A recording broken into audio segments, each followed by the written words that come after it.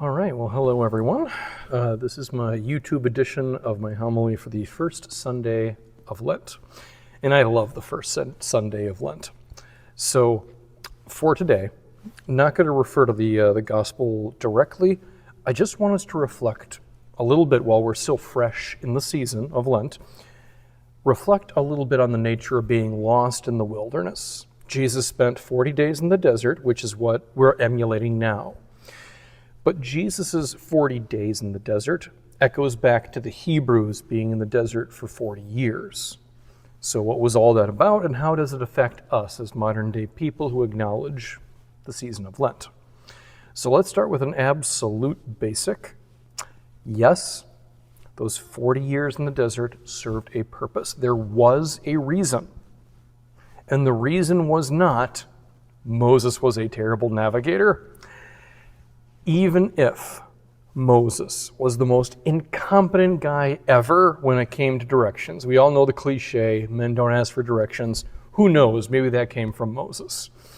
But even if that was the case, they would have gotten to Israel in way less than 40 years. If you look up Egypt to Israel on Google Maps, it's a journey of like 2 weeks. On foot. So even if they took the long way, which the Bible says they did, and even if they had a bunch of old people who slowed them down, which they did, and even if they got terribly lost several times, maybe, they still would have made it there in 6 months max. So I ask again, why were they lost for 40 years? The answer is, it was a transition period. They needed a cleansing period, and that takes longer than a week or two. See, they had their old lives in Egypt. And by the way, this whole thing is going to nicely encapsulate anyone on a journey of faith. I'm going to get to that in a couple of minutes. The old life in Egypt is the secular life. That is the life you had before you were truly, fully one of God's chosen people. And living in Egypt had a lot of perks.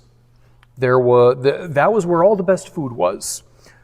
To this day, as Western civilization people, to this day we credit Egypt with inventing bread and later beer. The Egyptians had a much higher quality of life than practically anyone else. They had a system of writing and a system of basic accounting that gave them the ability to have an organized government. They had society, art, music, a powerful military. There was a lot of good stuff going on in Egypt. But you know what else is in Egypt? Slavery. And it's the worst kind of slavery because the Egyptians at the time of Moses were literally trying to erase the Hebrews from existence. First, they tried the direct approach. They just tried to kill them all, and that didn't work, not for lack of trying. The next thing they did was they tried to erase them by denying them their cultural identity and suppressing their ability to worship God. And mark my words, the worst governments in all of history are the ones that forbid the existence of honest, sincere religion. You have to remove a people's inner self-worth before you make them peons, drones, and slaves of the state. Religious people know what their inner self-worth is, so they're always the first to go in oppressive regimes. Remember that. The mere fact that we are allowed to congregate peacefully in churches, that means we have a lot to be thankful for. People in other countries would literally kill and literally die for their kids to enjoy the rights that we take for granted every day. Anyway, the Hebrews living their old lives in Egypt, they had tons of pleasures, perks, and luxuries, but they lived in a society that hated them and wanted to get rid of them as fast as possible. So when the time was right, God let them know that they had a new life waiting for them, the promised land flowing with milk and honey. There they would have all the natural resources they needed to survive, but also something much more valuable than that.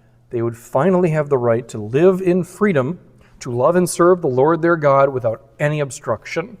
It would be a place where everyone would have the chance to have their physical needs met and their spiritual needs met. And sadly, that was simply no longer possible in Egypt. For that change to really happen, to go from Egypt to the Promised Land, the Hebrews needed a cleansing period.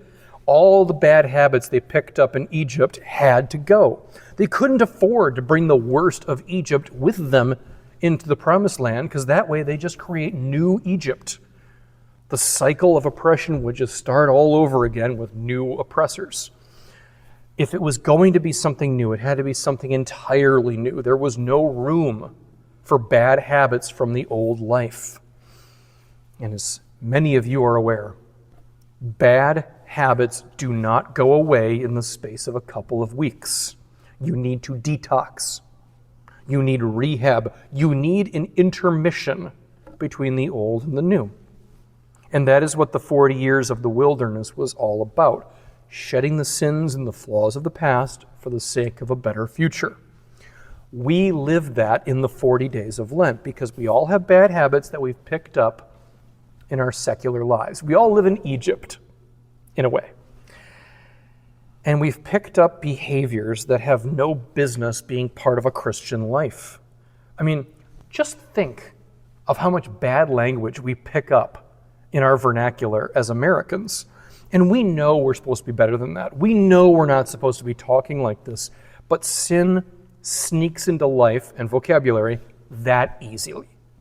And every once in a while, we do well to take a step back from all that and take time in the wilderness to return to God and purify our hearts. Okay, almost out of time. I got one quick subtopic, and then we'll call it. Some of you might be thinking that this comparison doesn't apply very well. You might be thinking, we've got the best of both worlds. We've got the perks of Egypt. We live in a land flowing with bread and beer, thanks be to God. But we're also in one of the freest countries of the world. We are not slaves of the state the way the Hebrews were. To those thoughts, I say fair enough. It's not a one-to-one comparison, but even so, I ask you to think about the things that you have accepted in this life that are ultimately blocking your long-term spiritual well-being. Because those blockers often come with perks, which distract you from the core problem. So your modern-day Pharaoh, it may not be an actual literal slaver, it could be a drug addiction. It could be a job that's miserable and just crushing your will to live a little bit more each day. It could be your perpetual need for attention from online strangers. Got to work on those likes. Or it could just be your unwillingness to put your trust in God and let go of your need to control things. Like the Hebrews in the desert. We recognize these things as bad habits. You know, we say no to them, we walk away, we walk, and then after a week or two in the desert, we turn back, and just like the Hebrews in Exodus, we look back and say, what fools we were to leave Egypt. We had it so good there, we should go back. Do not go back. Do not go back. Do not give in. When you feel the urge to leave your detox, resist it. Your old life of sin is a life of slavery with some pretty wrapping paper to fool you. Keep that in mind between now and Holy Week. If you crave a new beginning in life, which many of us do, at a certain point, you got to stop blaming the Pharaohs of your life, of your past, from oppressing you, because at a certain point of your journey of faith, they're no longer able to hurt you. They're on the other side of the Red Sea. They can't follow you. But you need to keep walking away from those bad habits, those things you do not need. They are the most direct obstacle to a sincerely new beginning in your life. And with the grace of God, we can all be a little closer to Christ every year as a result of these 40 days when we mimic the 40 years of the Hebrews in the desert. Thank you for watching. Good luck with the rest of Lent, and God bless.